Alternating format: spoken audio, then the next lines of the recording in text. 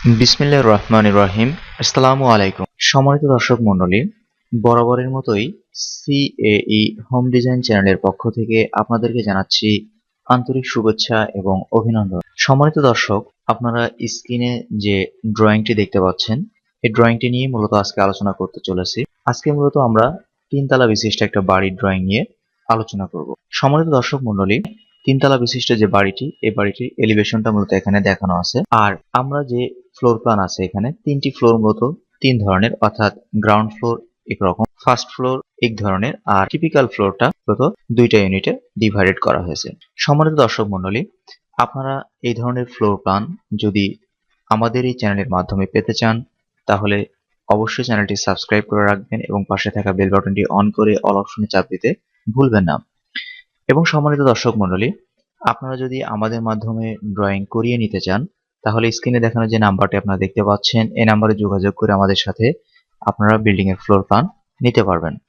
তো চলুন সম্মানিত ভিউয়ার, আর বেশি কথা বাড়াবো না, আমার মতো ভিডিওর মূল অংশে যাই।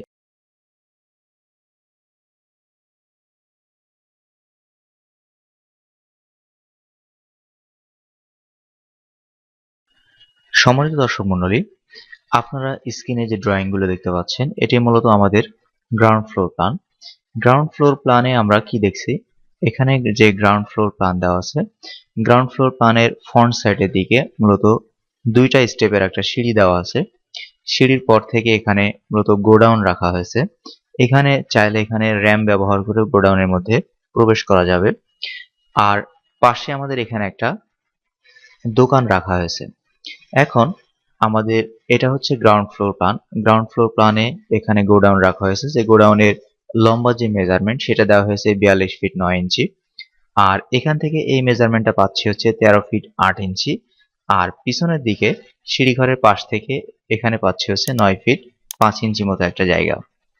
ভিউয়ার, আপনারা এই গোডাউনের পাশেই এই গ্রাউন্ড ফ্লোরে এখানে আমরা এই ড্রয়িংটিতে এখান থেকে এই পর্যন্ত এখানে হচ্ছে 13 ফিট 8 ইঞ্চির একটা দোকান দেখতে পাচ্ছি, যেটার দৈর্ঘ্যের মেজারমেন্ট, আর এখান থেকে এই পর্যন্ত এটা প্রস্থের মেজারমেন্ট আমরা পাচ্ছি 12 ফিট 8 ইঞ্চি। দোকানের ঠিক পিছনে একটা স্টোর রুম রাখা আছে, যেটার দৈর্ঘ্যের মেজারমেন্ট আমরা পাচ্ছি 13 ফিট 8 ইঞ্চি, আর প্রস্থের মেজারমেন্ট আমরা পাচ্ছি 7 ফিট 1 ইঞ্চির মতো। এখন এখানে সিঙ্গেল বেডের একটা রুম দেওয়া আছে। এই সিঙ্গেল বেডের রুমের সাথে একটা কমন টয়লেট, একটা অ্যাটাচ টয়লেট দেওয়া আছে। এখানে মূলত আমাদের গ্রাউন্ড ফ্লোর এইভাবেই সাজানো হয়েছে। এখন আমাদের এখানে পিছনের সাইডে যে সিঁড়িটা দেওয়া আছে, এই সিঁড়ি দিয়ে মূলত আমাদের ফার্স্ট ফ্লোর দেন টিপিক্যাল ফ্লোরে আমরা যেতে পারবো। এখন ভিউয়ার, আমরা এই ড্রয়িংটি মূলত আমাদের গ্রাউন্ড ফ্লোরের জন্য সেট আপ করা। আর এখানে আপনারা যে ফ্রন্ট এলিভেশনটি দেখতে পাচ্ছেন, ফ্রন্ট এলিভেশন দেখে মূলত আন্দাজ করা যাচ্ছে এখানে হচ্ছে আমাদের যে সিঁড়ি, সেই স্টেপটা, এখানে হচ্ছে আমাদের দোকানের যে শাটার সেটা, আর এখান থেকে মূলত আমাদের বিল্ডিং এর মধ্যে প্রবেশ বা গোডাউন হয়ে বিল্ডিং এর মধ্যে প্রবেশের যে দরজা, সেটা মেন দরজা। এখন আমাদের ফার্স্ট ফ্লোর এটা, আর এটা হচ্ছে আমাদের সেকেন্ড ফ্লোর বা টিপিক্যাল ফ্লোর। এখন আমরা এই ফ্রন্ট এলিভেশন থেকে আমরা যদি এই ড্রয়িংটির ফার্স্ট ফ্লোর প্ল্যান যেটা দেওয়া আছে, ফার্স্ট ফ্লোর প্ল্যানটা যদি একটু দেখতে চাই, এখানে মূলত আমাদের যে বিল্ডিং তৈরির জন্য আমাদের মূলত ফ্লোর এরিয়াটা যতটুকু প্রয়োজন হবে, সেটা মূলত হচ্ছে আমাদের এখান থেকে এই পর্যন্ত এই মাপটা হচ্ছে 28 ফিট 6 ইঞ্চির মতো একটা জায়গা। এটা হচ্ছে আমাদের প্রস্থের মেজারমেন্ট। আর এই ড্রয়িং এর দৈর্ঘ্যে যে মেজারমেন্ট সেটা দেওয়া আছে 50 ফিট 2 ইঞ্চি। অর্থাৎ এই পরিমাণ জায়গা মূলত আপনার অবশ্যই থাকতে হবে, শুধুমাত্র সেটা ড্রয়িংটা মানে বিল্ডিংটা তৈরির জন্য। আর বিল্ডিং তৈরির জন্য শুধুমাত্র এইটুকু জায়গা থাকলেই চলবে না। কারণ হচ্ছে একটা বিল্ডিং যখন সেট আপ করতে হয়, এর চতুর্থ সাইডে কিছু পরিমাণ জায়গা অবশ্যই ছেড়ে রাখতে হয়।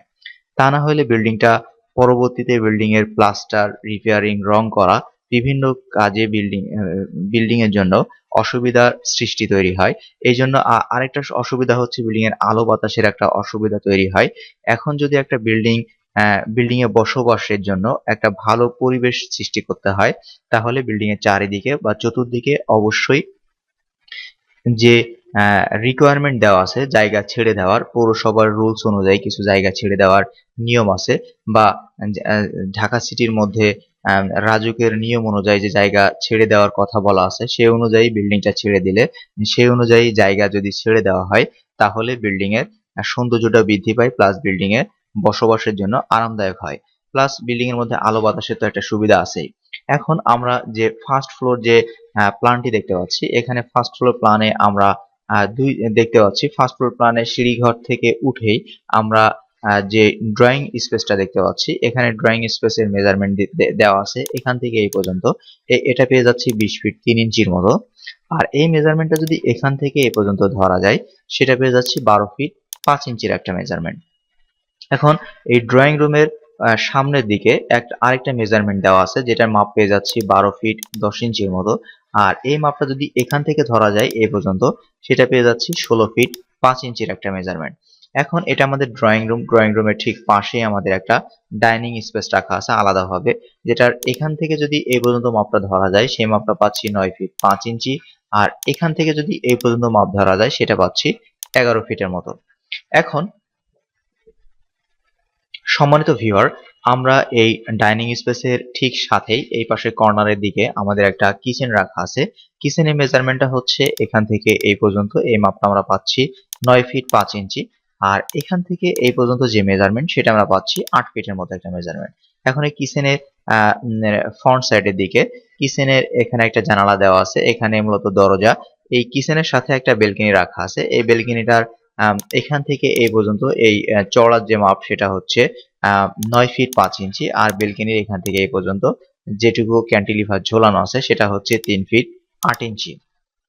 আমরা এই কিচেন হয়ে এখন যদি আমরা এই এই ফ্ল্যাটে বা এই ইউনিটে যদি আমরা বাম পাশে কর্নারের দিকে যাই, এখানে আমাদের আরেকটি কমন বেডরুম আছে। এই কমন বেডরুমের মেজারমেন্ট হচ্ছে, এটা আমরা পাচ্ছি 9 ফিট 5 ইঞ্চি। এটা দৈর্ঘ্যের মেজারমেন্ট পেয়ে যাচ্ছি 12 ফিটের মতো।